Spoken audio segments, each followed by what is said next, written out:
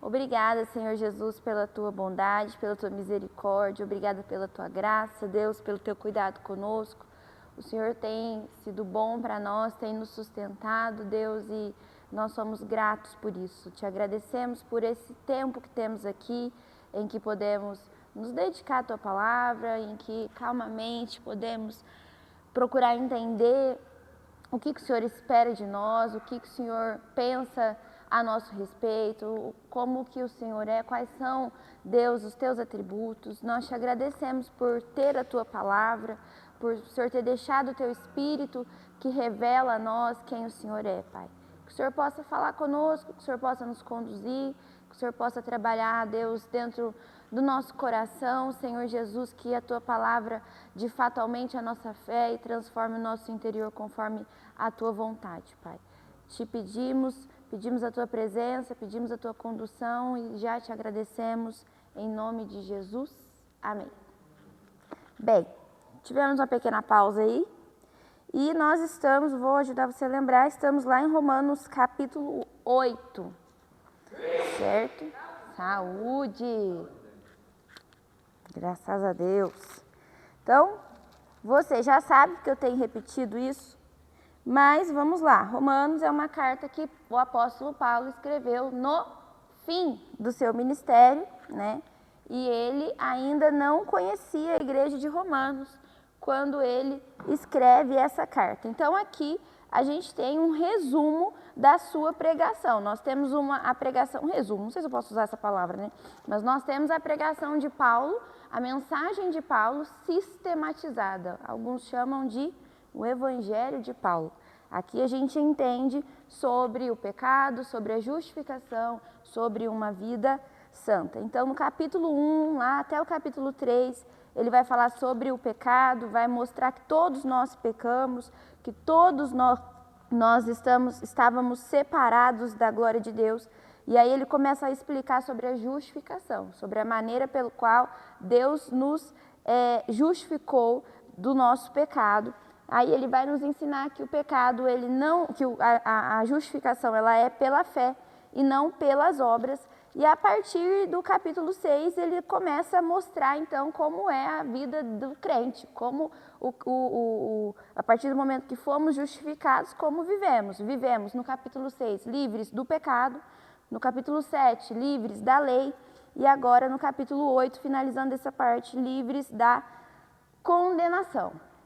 E aí, no capítulo 8 aqui, ele fala um pouco sobre a questão de andarmos no Espírito. Ele fala sobre a santificação. No capítulo 8 ele começa dizendo, agora, pois já não há nenhuma condenação para os que estão em Cristo Jesus. Mas ele diz, olha, aqueles que vivem para Deus, aqueles que querem agradar a Deus, eles precisam viver pelo Espírito. Eles não podem mais viver pela carne, eles já não fazem aquilo que eles querem, eles não se inclinam para a carne, eles não cogitam as coisas da carne. E a última coisa que nós falamos foi sobre isso, foi sobre... Deixa eu ver o versículo aqui. Esse aqui é o 8. O versículo 8, Romanos capítulo 8, versículo 8 diz assim, portanto, os que estão na carne não podem agradar a Deus. Vamos voltar um pouquinho? Versículo 5 diz assim, por quê? Eu estava bem desconfiada, aquele carro é seu, não é? Falei, aquele carro é da Alexandre Betânia, certeza que eles saíram para ir fazer o check-in. Olha lá, eu sabia. Eu vi o carro, eu falei, já entendi tudo. Romanos capítulo 8, versículo 5, diz assim, porque os que se inclinam para a carne cogitam das coisas da carne, mas os que se inclinam para o Espírito, das coisas do Espírito. E aí a gente falou que cogitar, né? Você ficar pensando naquilo, cogita, você pensa insistentemente. Se vivemos pensando nas coisas da carne, vivemos para a carne. Mas se pensamos nas coisas do Espírito, vivemos para o Espírito. Porque o pendor da carne dá para a morte. As coisas da carne, né, nos levam para a morte. Mas as coisas do Espírito para a vida e paz. Ai, gente, entrou o protetor do meu olho. Senhor, me ajuda. Por isso, O pendor da carne é inimizade contra Deus, pois não está sujeito à lei de Deus, nem mesmo pode estar. Então, aqueles que estão inclinados à carne, eles são inimigos de Deus, o que é muito forte. Porém, o próprio Cristo já dizia, vocês são meus amigos se fazem o que eu vos mando. Então, ou eu sou amiga de Cristo e faço aquilo que Ele manda, ou eu sou inimigo de Deus e faço aquilo que eu mesmo quero fazer. Faço conforme a minha carne. Versículo 8, portanto, os que estão na carne não podem agradar a Deus. E é engraçado, foi acho que a última coisa que a gente falou, é engraçado porque às vezes a gente pensa que agradar a Deus, né, envolve tantas coisas, envolve dons, envolve luzes, envolve gente, envolve muita gente, ou envolve, sei lá, um dinheiro, e na verdade agradar a Deus envolve fazer aquilo que Ele manda. Ainda que seja algo pequeno. De repente vai ser algo bem cotidiano. De repente vai ser só perdoar a pessoa que te ofendeu. Se eu quero agradar a Deus, eu preciso fazer aquilo que Ele manda. Porque se eu estou na carne, se eu faço aquilo que eu quero, logo eu não posso agradar a Deus. Se eu faço aquilo que apenas me satisfaz, né? Ainda que eu esteja dentro da igreja. Olha só que interessante. Posso estar aqui, bom dia, fazendo no púlpito algo que de repente me satisfaz a mim, satisfaz o meu ego. Se eu estiver ensinando aqui e for bom para mim, for algo que eu gosto, mas não for aquilo que o Senhor espera de mim, então embora eu esteja fazendo algo com a cara de espiritual, mas se não for aquilo que o Senhor quer, se for para minha carne, eu não estarei agradando a Deus. E aí agora nós começamos com o versículo 9, então abra sua Bíblia em Romanos, capítulo 8, se você ainda não abriu. Versículo 9, nós vamos ler do 9 ao 11. Naquele esquema que você já sabe, cada um lê o versículo, vamos começar aqui do Denis, porque eu já li um tantão.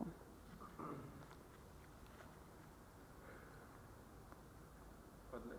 Pode sim. Vós, porém, não estáis na carne, mas no Espírito, se é que o Espírito de Deus habita em vós. Mas se alguém não tem o Espírito de Cristo, esse tal não é dele. Mas se Cristo está em vocês, o corpo está morto por causa do pecado, mas o Espírito está em vocês por causa da justiça. E se o Espírito daquele que dos mortos ressuscitou a Jesus habita em vós, aquele que dos mortos ressuscitou a Cristo Jesus, há de vivificar também os vossos corpos mortais, pelo seu Espírito que vos habita. Muito bem. Então, a primeira coisa que ele diz aqui, vocês não estão na carne. Vós, porém... Ai, eu amo Paulo, gente, porque ele fala assim, se de fato, se de fato, vamos supor aí que o Espírito habita em vocês, então vocês não estão na carne. É uma opção para nós, cristãos? Não é, gente. Nós deveríamos, enquanto cristãos, ter a consciência de que precisamos viver no Espírito e pelo Espírito. E isso é muito mais prático do que a gente imagina. É muito mais cotidiano, porque convenhamos, o tempo que passamos aqui reunidos é muito pouco, perto do tempo que nós precisamos de gerenciar uma série de coisas na nossa vida. Então, viver no Espírito precisa ser, não pode ser algo, entre aspas aqui, espiritual, no sentido de ser algo, sabe? Não, eu vivo no Espírito porque eu sou aquela pessoa que é prático. Nesse sentido que eu estou dizendo, é óbvio que é espiritual, mas é cotidiano. Às vezes a gente, né, separa as coisas. Ah, esse daqui é o sacro, esse daqui é o secular, esse daqui é o espiritual, esse daqui é... Não, isso aqui é muito prático. Não, é ali no cotidiano. As pessoas precisam entender pelas nossas atitudes ali que o Espírito vive em nós. Senão não faz sentido. E aí ele diz que o pecado, que o Espírito que habita em nós, o Espírito... Se habita em vós o Espírito daquele que ressuscitou a Jesus dentre os mortos, esse mesmo que ressuscitou a Jesus vivificará também o vosso corpo. Uma coisa que eu acho muito legal é essa ideia de, meu Deus, o Espírito que ressuscitou a Cristo habita em mim. Para mim, sensacional. O mesmo Espírito Santo que ressuscitou a Cristo, o mesmo Espírito Santo que estava com Cristo, o mesmo Espírito Santo que estava com esses homens que fizeram tantas coisas maravilhosas, é o Espírito que habita em mim, é o Espírito que trabalha em mim, é o Espírito que age em mim. E embora o meu corpo físico, seu corpo físico, ele irá morrer por causa do pecado, já vimos essa parte, embora a nossa carne esteja sujeita ao pecado, né? E a gente vai ver daqui a pouco a própria criação, ela sofre por causa do pecado, por causa do Espírito Santo, por causa daquilo que Jesus fez, um dia o nosso corpo, um dia o nosso espírito, ele vai viver. Nós temos essa esperança de que a nossa vida, ela não termina com a nossa morte física. Porque o Espírito nos vivificará. Alguém quer falar alguma coisa? Algum comentário? Prossigamos. Vamos a partir do versículo 12 até o 16, começando ali na Bia. Assim, pois, irmãos, somos devedores, não a carne, constrangidos a viver segundo a carne.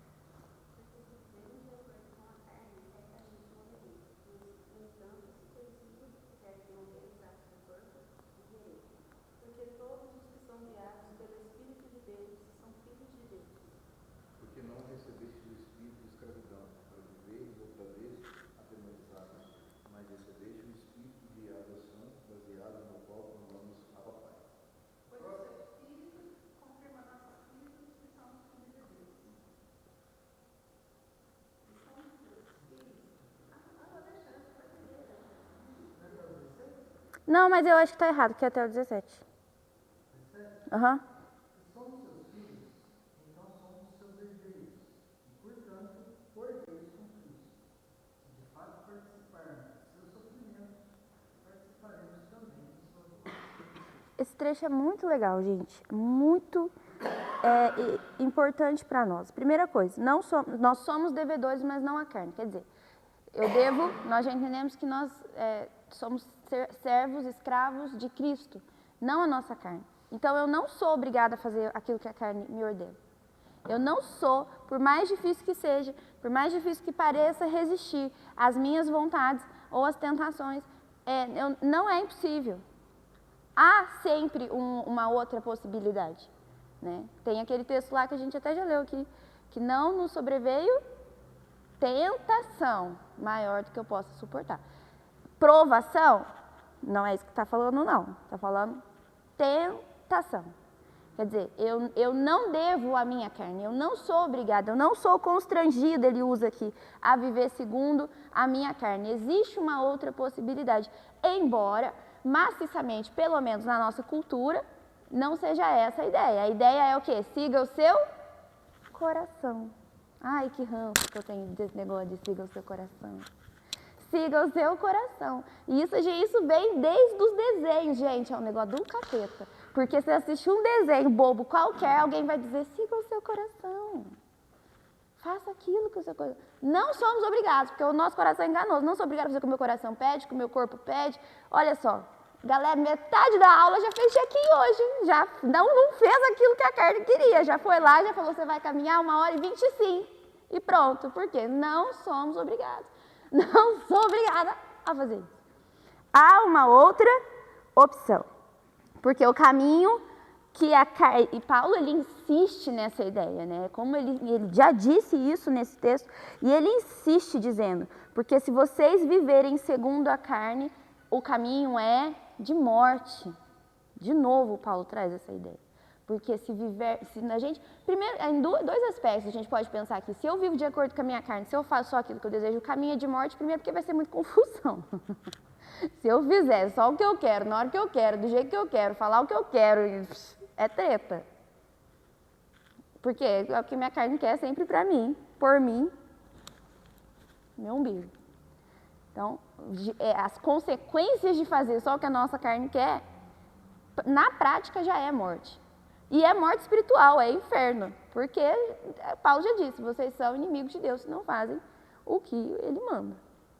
Então, se viver de acordo com a carne, o caminho é para a morte. E aí ele vai trazer aqui...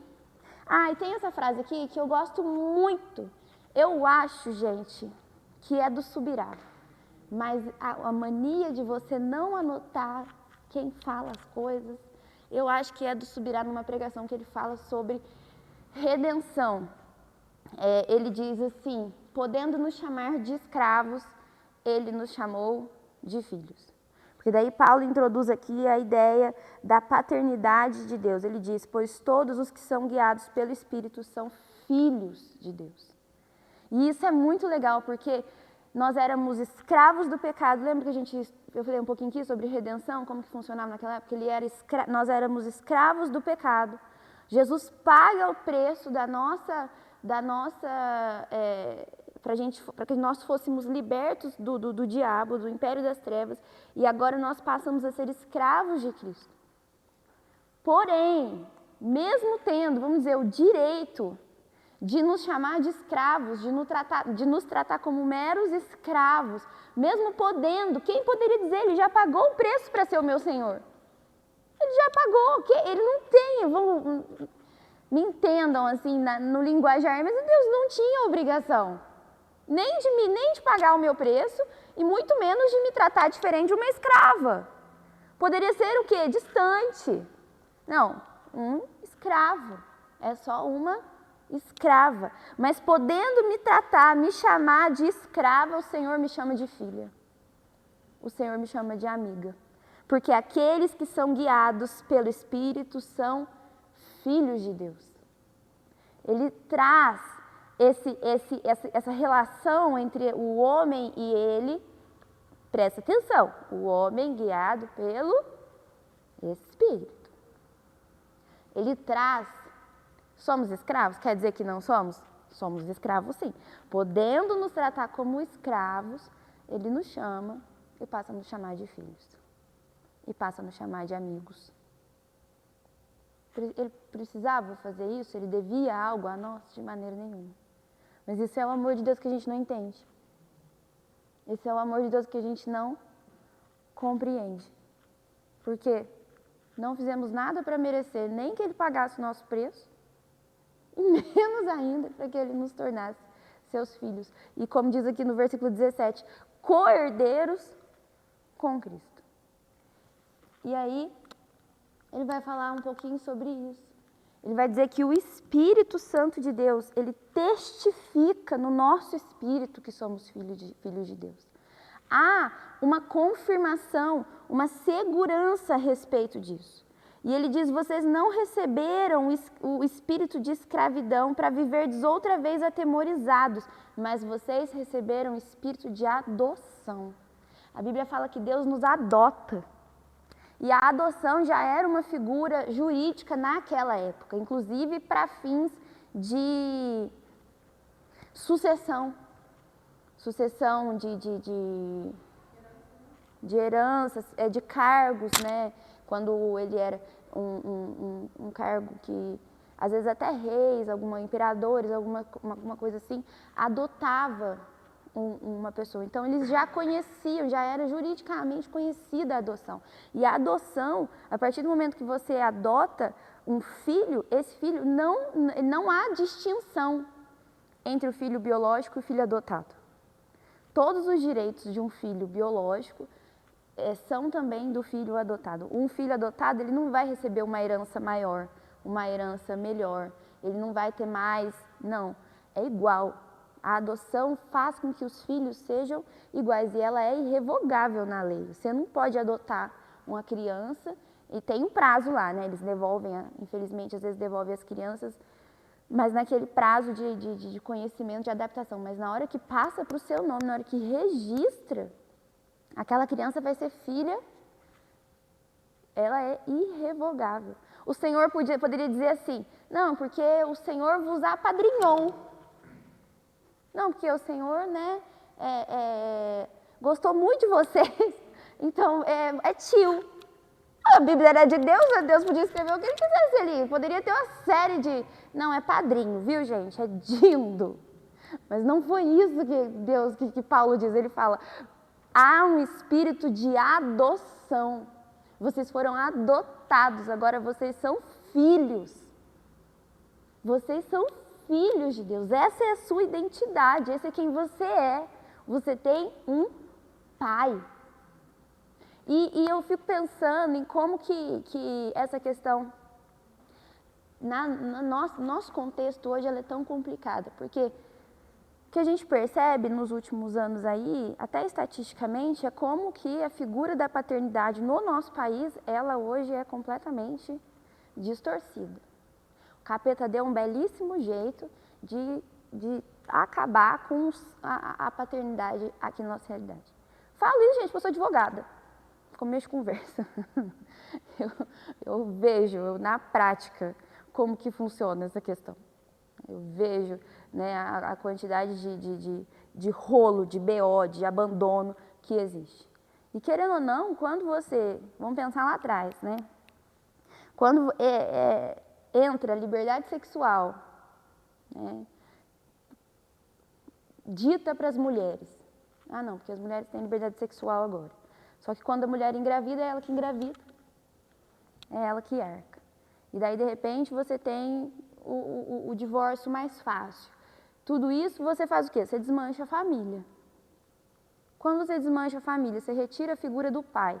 Vem um texto e diz, vocês são filhos, porque o Senhor, Ele é o seu pai, mas você não tem referência de pai, você vai ficar na mesma, vai ficar no 0 a 0.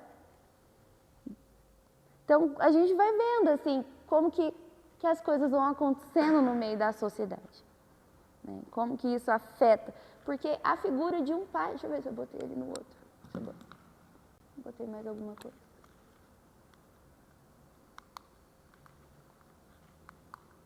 Ih, esse controlinho vive me gongando, hein? Ô pai, dá um tiquezinho ali, vê se ele volta. A figura de um pai, ela representa uma série de coisas. De novo, Deus usa, né, algumas maneiras para explicar para nós quem Ele é e como que Ele... Não? Travou tudo? Essa palavra adoção, ela é perfeita nesse contexto, né? Sim. Se você for colocar isso hoje, na nossa sociedade, por exemplo, ela é perfeita. Ela é perfeita porque Deus nos fez. Nós somos filhos de Deus porque Ele nos fez. Tem até uma música da Lissas que é muito linda, que fala que eu vim no seu coração, né? Mistério lindo, hoje eu sou a sua habitação. Então é muito legal a gente pensar que faz todo sentido, porque Deus me criou, só que eu, como a própria palavra diz, Ele me adotou. Embora Ele tenha me criado, né, Ele é o meu pai, mas Ele me adotou. Mas isso depende de eu aceitar ou não ser adotado por Ele. E a adoção também, na nossa sociedade, funciona do mesmo jeito. Eu adoto uma criança. Quando ela começa a entender ou pega os seus direitos, ela tem o direito de aceitar ou não, virar para você e falar assim, você me adotou, você não me faz. Tchau. Então faz todo sentido essa palavra nesse contexto. Sim. E a gente também, muitas vezes, faz isso, né? Não quero esse outro meu pai, eu vou viver na vida. Sim. E Ele nos traz, né? Nos traz como filhos. E aí, enquanto eles não resolvem lá, a gente vai falando. A figura do pai, ela traz... Até fui estudar um pouquinho, né? Fui dar uma fuçada a respeito disso, porque esse é um tema que eu acho muito legal. E eu acho que é muito... Quando eu trabalhei mais com jovens, né? E a gente... É uma realidade. Mas não é nenhum, nem dois adolescentes ali que infelizmente já não tem mais, não tem a presença do pai. E aí quando a gente ia falando sobre isso, falando às vezes sobre a paternidade, sobre identidade, porque quando você está trabalhando com adolescente ali, né, a Pri agora a gente fala muito sobre identidade e tal, a dificuldade de confiança, a dificuldade, a autoconfiança, a autoimagem, como que tudo isso vai ficando deturpado quando a pessoa, infelizmente, não teve uma paternidade saudável na vida dela ali. Né? Fui estudar um pouquinho, então a figura do pai, ela é a figura que traz isso, proteção, segurança, orientação. É diferente da figura da mãe. A figura da mãe, ela é aquela figura... Cadê a minha psicanalista preferida ali? O bebezinho, segundo estava estudando, quando ele nasce, ele nem sabe que ele é diferente da mãe dele. Ele nem sabe. Ele acha que ele e a mãe dele é uma coisa só. Quem mostra pro bebezinho que ele é um indivíduo é o pai, que faz esse corte, né? Que fala, olha só, sua mãe é minha, sai pra lá, entendeu? Quem mostra pro indivíduo que ele é um indivíduo, que ele é um ser, é a figura do pai. Normalmente, a gente tem muitos casais têm filhos, né? Todos os nossos amigos têm filhos, mas os que têm filhos pequenininhos, às vezes a gente foi na piscina e tem um filho de um amiguinho, de um dos amigos, chama Lia. O Lia, ele nada muito bem desde pequenininho, ele gosta, e eles botaram natação. E é legal, porque quando a gente vê, tipo, o Lia tentando, quando ele era menorzinho, pular na piscina, a gente via que a Nai fica com o coração assim, né? Meu Deus, tão pequenininho subindo lá. E o pai é aquele que faz, vai, vamos, você consegue, bora lá. O pai é quem normalmente ensina a andar de bicicleta sem rodinha. Meu pai que erguia as rodinhas da bicicleta e falava, vai querida, vai. O pai que empurra para a vida. O pai é aquele que caiu, levanta. A mãe normalmente é aquela que segura, que protege, que acolhe. Exatamente, né? E Deus escolhe aqui a figura do pai, a figura de vamos, eu sou quem te orienta, eu sou quem te dá segurança, você pode ir, porque eu estou aqui. Era isso que meu pai falava, não, vai, estou te olhando, e a criança fica. A criança fica procurando. Já viu criança quando ela está fazendo alguma coisa, atividade, apresentação, esporte, ela faz o quê? Cadê meu pai? Porque se meu pai está ali, posso ir. É tão engraçado o negócio da criança, porque a criança cai e a gente imediatamente, ela chora. Mas se a criança cai, você fala, tudo bem, tá tudo bem, bora. Aí ela dá uma segurada. Então Deus escolhe deu certo? Denis, passa por favor. Deus escolhe a figura do pai aqui. Ele escolhe a figura de dizer, eu sou pai, vocês são meus filhos, é um espírito de adoção, então eu sou o quê? Sou segurança, sou proteção, sou orientação. Até hoje tem uma parte de coisas que, por exemplo, coisa de carro, tudo que a gente vai fazer de negócio, tipo, comprar apartamento, sei o quê. Pai, converso com o Denis, né, primeiro, conversado com meu marido. Pai, meu carro quebrou, onde que a gente leva? Pai, nós estamos vendo aqui um apartamento, vamos lá com a minha mãe? Por quê? Porque é figura de orientação, é figura de autoridade. A gente estava conversando na casa esses dias com o Cristiano Casabrino. Cristiano, vou expor. Cristiano falou que bota a chave na porta, filho. As crianças escutam o barulho da chave rodando. É cada um pro seu canto indo fazer suas coisas. Figura de autoridade. E isso traz segurança para a nossa vida. Né? Isso traz um certo conforto, porque tem alguém olhando por mim. Tem alguém ali vendo o que eu estou fazendo. Tem alguém por mim.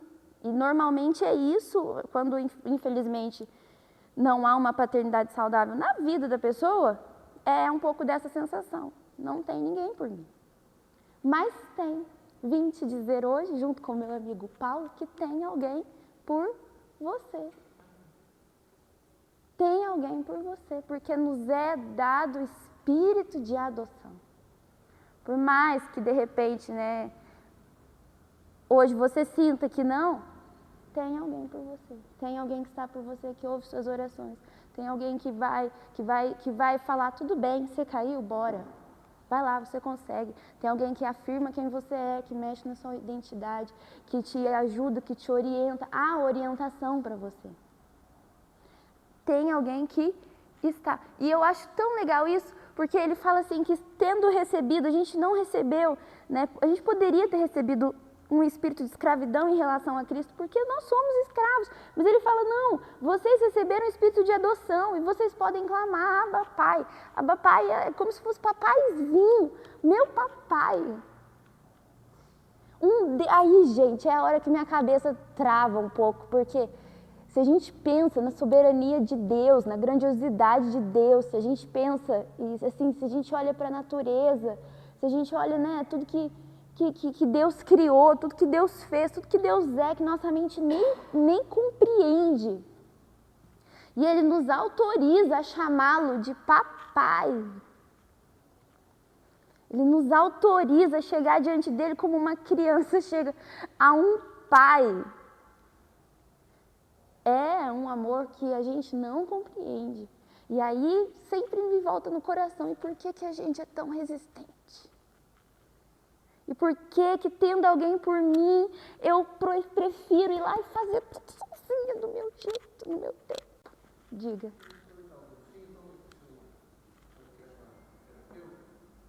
Ela fala que criança que cresce debaixo de autoridade, que aprende a ser subordinada, elas vão crescer crianças mais saudáveis no mundo. Isso é pesquisa. E ela não é cristã, ela é católica. Ela é cristã, né? Não é evangélica.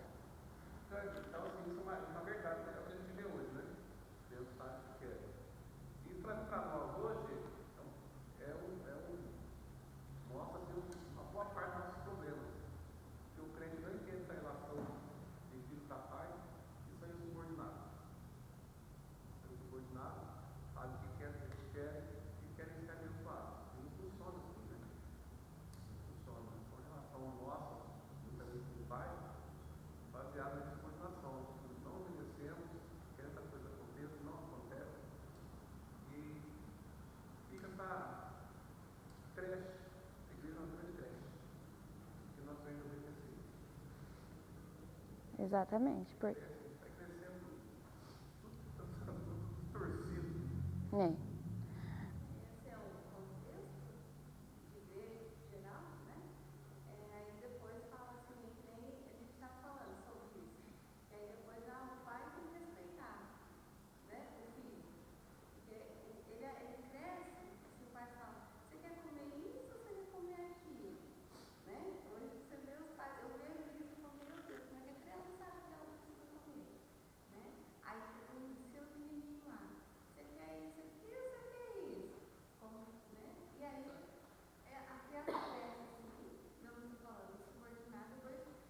Aí o pai quer que o filho respeita. Aí o filho vira pro pai, quando o filho cresce, fala assim, você tem que me respeitar, pai. Mas por quê? Porque o pai deixou lá na infância ele ser respeitado, as vontades serem respeitadas. Aí depois cresce e acha que o pai tem que respeitá-lo, né? E aí essa questão de... Porque hoje os pais querem ser amados. E o amor vem com respeito. Né? Então, em nome de meu filho vai me amar se eu fizer assim. Né? E ao contrário. Né? Quanto mais a gente tem temor a Deus, a gente respeita e obedecer, mais amor. Né? Então, essa visão da sociedade distorce porque a gente projeta para Deus algumas coisas que nós fazemos. É fácil, por exemplo, a gente vê as pessoas chamando Deus de Deus, mas chamar Deus de Pai é outra coisa. Né? Quando você fala Pai, né, na paternidade, na essência da paternidade, é muito diferente. Ele fala para mim que Deus, a gente tem uma coisa de Deus distante, junto. Agora, quando você fala Pai, É próximo, né? Não, e exige uma intimidade, uma entrega ali. então é isso, né? Igreja no contexto geral, né? Não falando, mas hoje não. Aí a pessoa chega no direito de eu me rendir. Por quê? Porque ela quer ser respeitada, ela não quer ser frustrada, né? Ela não teve frustração na infância. Os pais foram permissivos, deram o direito de escolher tudo. Ah, você quer hoje, você quer viver, você quer fazer isso, você quer comer isso, você quer comer. Numa idade que a criança não tinha ainda condição de escolhas certas. Né? Aí cresce assim e não tem também. Ah, eu estou vivendo isso, não é justo eu viver isso, né? Sim. É por isso que eu acho que essa questão da paternidade ser tão atacada hoje em dia é coisa do capeta mesmo. Porque, de fato, a gente percebe que algumas coisas a gente projeta assim, em Deus. Né? Questão de confiança, essa questão a gente acaba projetando. Mas há cura, irmão. Porque a gente pode e deve desfrutar de tudo que Deus é.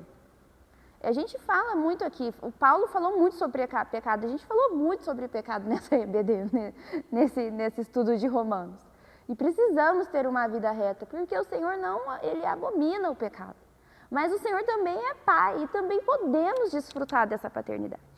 Podemos desfrutar. Se o Senhor nos diz, nos autoriza isso, desfrute. Aprenda a chegar diante de Deus, entendendo que Ele é Pai. Um Pai perfeito. Um pai que deu o seu Filho por nós. Permita que o Senhor te cure também, se for o caso nessa área. Permita que você, sabe, se permita desfrutar disso que o Senhor tem.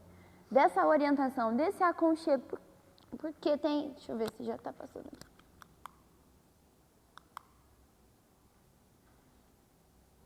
Lucas, vamos lá para Lucas?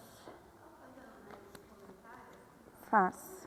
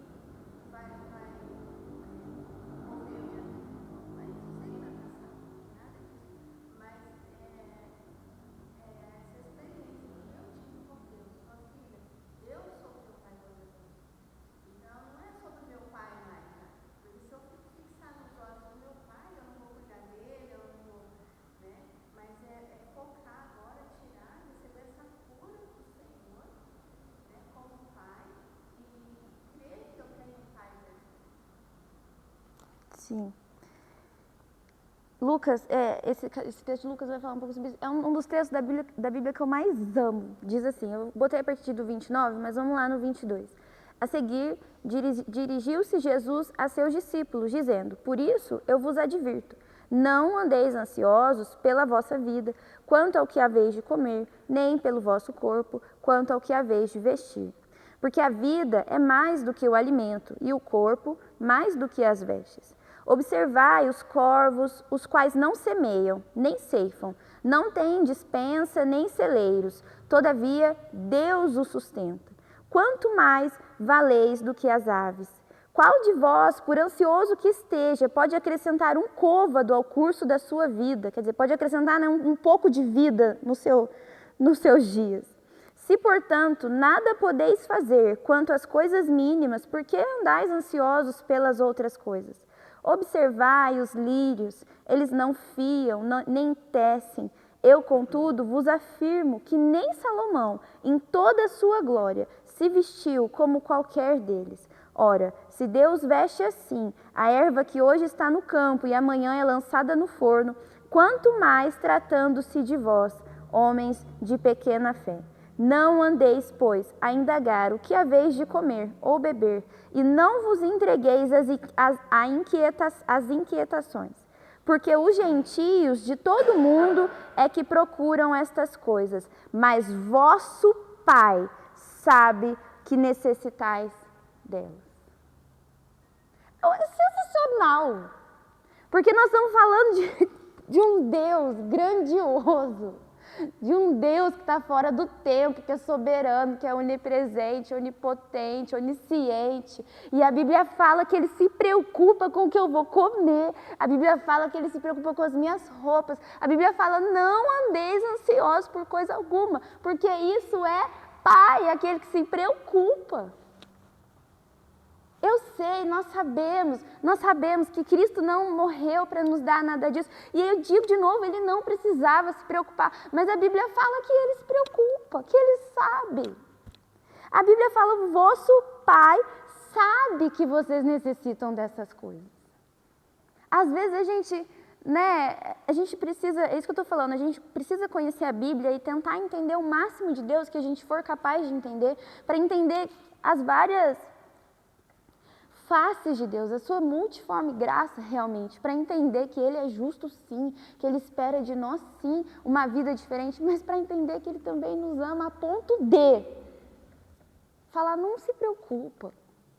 Aí depois Ele vai dizer, né, buscar em primeiro lugar o reino de Deus e estas coisas vos serão acrescentadas. Estas coisas, tá? Vamos só fazer um...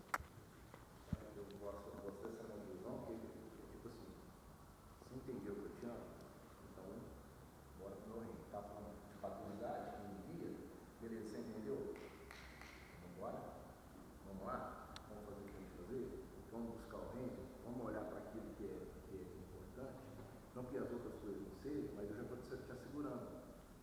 Não é? Tira a rodinha que eu estou aqui. Não é assim? Então, o Pai não envia. O Pai ama, protege, mas o Pai envia. E aí, às vezes, as pessoas às vezes compreendem errado. E aí, tem essa parte do envio, que é o cuidado, que é o benefício, mas não quer o envio. Não quer o, bora lá, vamos buscar o reino, vamos crescer. Vamos entender que agora esse mesmo reino, essa mesma existência de quem eu sou, precisamos alcançar outros, mas os braços e as mãos de Deus somos nós. Como crerão se não há quem pregue? Se alguém não falar, não ser intencional, porque às vezes assim, a gente entende às vezes o Evangelho sobre eu viver aquilo que Deus me ordena, mas eu viver aquilo para mim. E não é assim. Porque tem se pregado muito isso. Às vezes você vê o Evangelho no eu sozinho. Eu vou viver para mim e alguém vai ver. Não, tudo bem, mas tem que ser intencional. Tem que bater na porta, tem que falar, tem que avisar, tem que testemunhar, tem que falar desse reino. Entendeu? Então, tipo assim, então beleza, entendeu? Essas coisas eu acrescento, então busca o reino e essas coisas aí, as suas preocupações, seu sustento, deixa comigo. Fechou? Então, agora vamos buscar o reino. Sim. Exatamente. Eu te curo, eu te dou segurança, eu te dou provisão, te dou sustento, mas não é para ficar puro. Bora?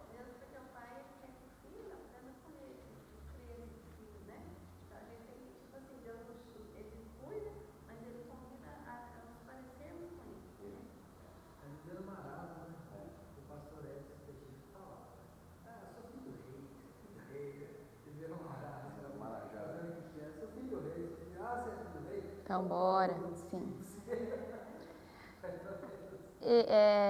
Por isso, repito, é necessário que entendamos o máximo de Deus, para que a gente compreenda tudo aquilo que Ele é, e tudo aquilo que a gente pode desfrutar. Porque aqui, nós estamos num grupo também, a gente já está, todos nós trabalhamos na igreja, a gente já tem uma certa caminhada, uma certa maturidade. E, às vezes, a gente tem extremos. Por vezes, caímos nesses extremos de pai mimado, de filhos mimados, né? Venha a nós, tudo é sobre mim, tudo é para mim, para o meu bem-estar, para o meu prazer. Mas por vezes caímos nos filhos que não aceitam cuidado. Porque a gente já fica aqui na atividade, a gente já sabe, a gente já entende, a gente precisa fazer, e às vezes o Senhor quer falar, não, você ainda é meu filho, vamos lá, calma, respira. Então a gente precisa ter cuidado, porque de fato, há uma pregação, infelizmente, no Arraial, não muito longe não, Arraial nosso aqui da nossa região. Mas às vezes a gente também precisa aprender a aceitar o cuidado de Deus, a orientação de Deus, a correção de Deus, porque lá em Hebreus 12 vai dizer o quê? Que o Senhor corrige a quem Ele ama. O autor de Hebreus, ainda ele é bem duro em dizer, se você não está recebendo correção, você não é, quem não recebe correção é filho bastardo.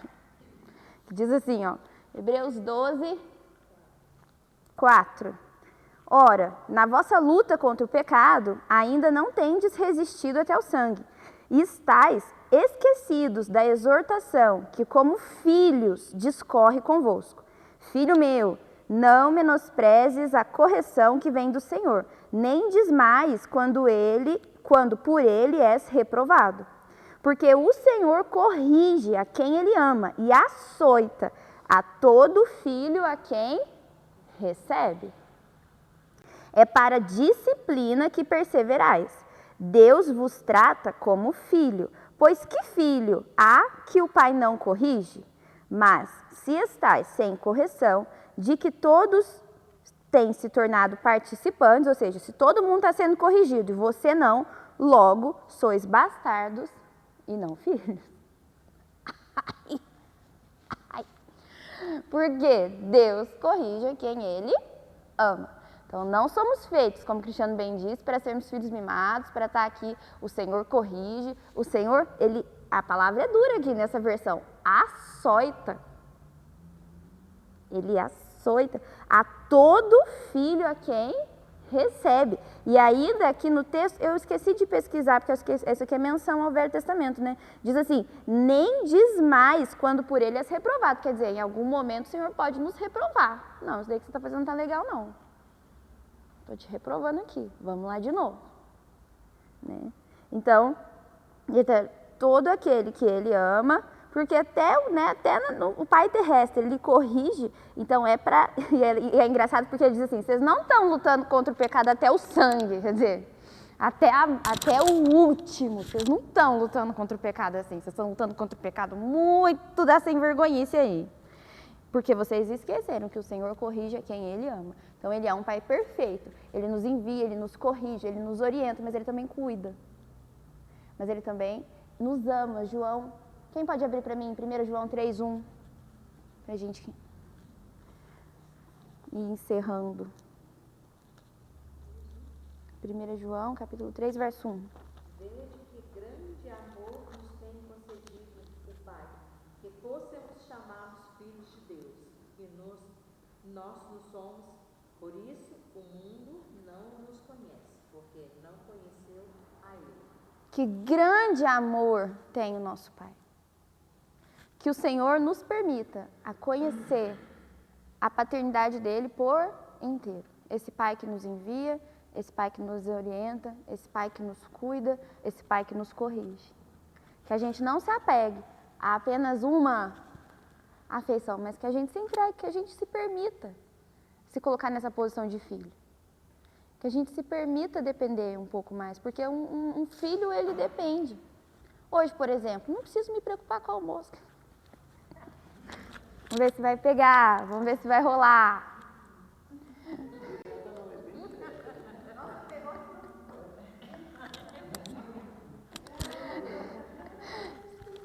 Joguei pro universo aí, vamos ver.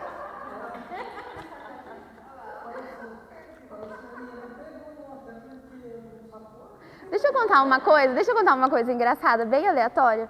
Uma vez, quando a Betânia ministrava, porque a Betânia ministrava louvor, viu, gente? E ministrava muito bem, por sinal.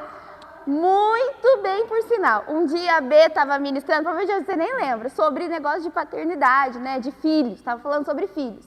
E aí você falou assim, Se precisar, eu tiro da minha boca para dar para Ana Júlia. Pra quê, Betânia? Mas até hoje, o meu irmão vem se minha mãe falar, ah, não, vou fazer isso então, mas a Betânia tira da boca dela para dar para Ana Júlia.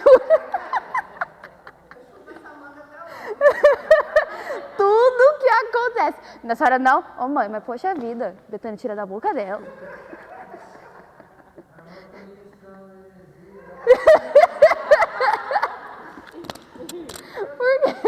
Por que isso? Foi um domingo absolutamente aleatório, já deve fazer sei lá eu quantos anos, mas nós estamos nisso ainda, vivendo a palavra.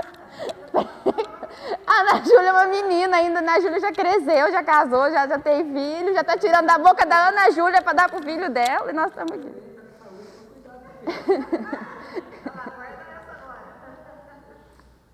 Mas é isso. E para encerrar, né, o versículo 17, o Espírito Santo testifica no nosso coração.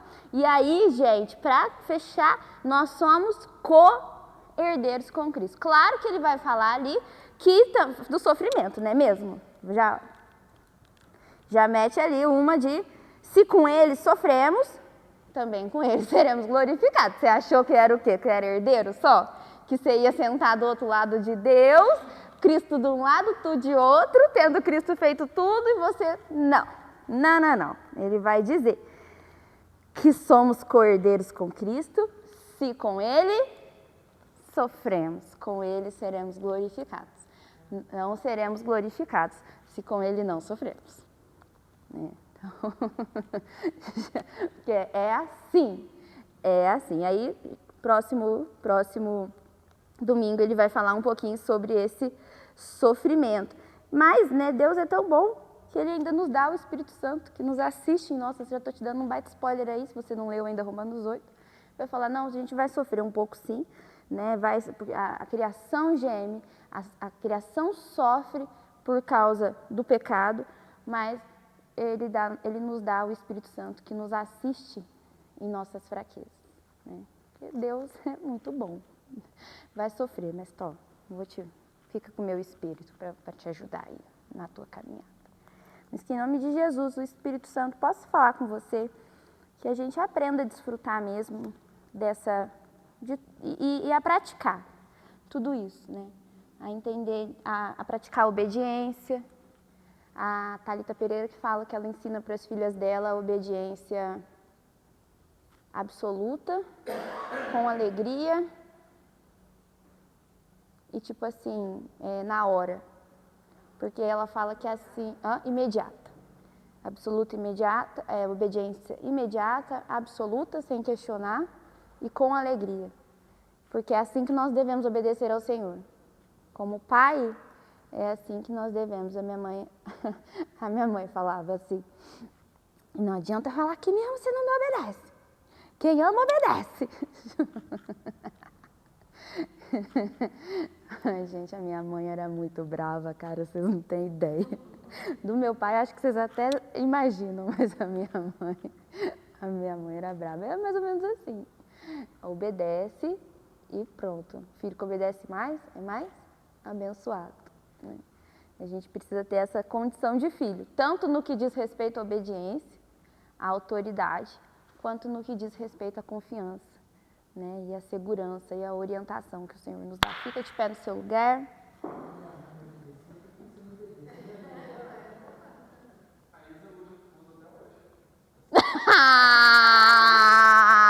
Ai, gente. Ai, mostra as marcas, Denis. Ai, mostra. Tão sofrido, olha lá. Ai, que magrinho que ele tá, sofrido. Tá vendo, ó? Tudo aquela roupa que ele comprou brotou lá no armário dele, né? Cara de pau. Nossa. Pai, marca uma reunião, um aconselhamento pra esse casal aí, pelo amor de Deus.